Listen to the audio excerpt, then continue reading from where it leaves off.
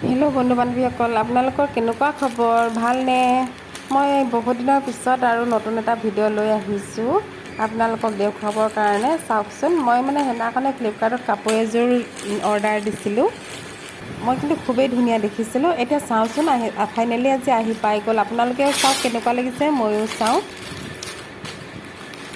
3টা পিচ আছে, ইয়াত প্লাজো পেণ্ট আছে, দুপাট্টা আছে আৰু কুৰ্তি এটা আছে। কাপোৰযোৰ চুই যে সঁচাকৈ খুব ভালেই লাগিছে। মেলি চাওঁচোন, আপোনালোকেও চাওক। আচলতে গৰমৰ দিনত আজিকালি বহুত কাপোৰৰ দৰকাৰ হয়, কেলৈ কি ৰেগুলাৰ মানুহ যদি কামলৈ যাবলগীয়া থাকে নহয়, বহুত কাপোৰৰ দৰকাৰ হয়। আজি পিন্ধা কাপোৰযোৰ কাইলৈ পিন্ধিবলৈ আৰু ভাল নালাগে আৰু।